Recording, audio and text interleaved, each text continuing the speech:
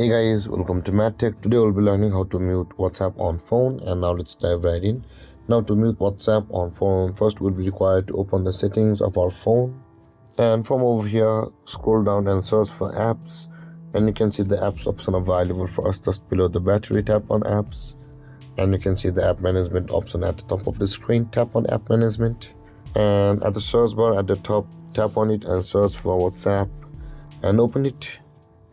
And after that guys, you can see the manage notifications option available for us. Tap on that, and over here guys, you can see there it says the allow notifications, and at the right side of that there is a toggle icon available for us.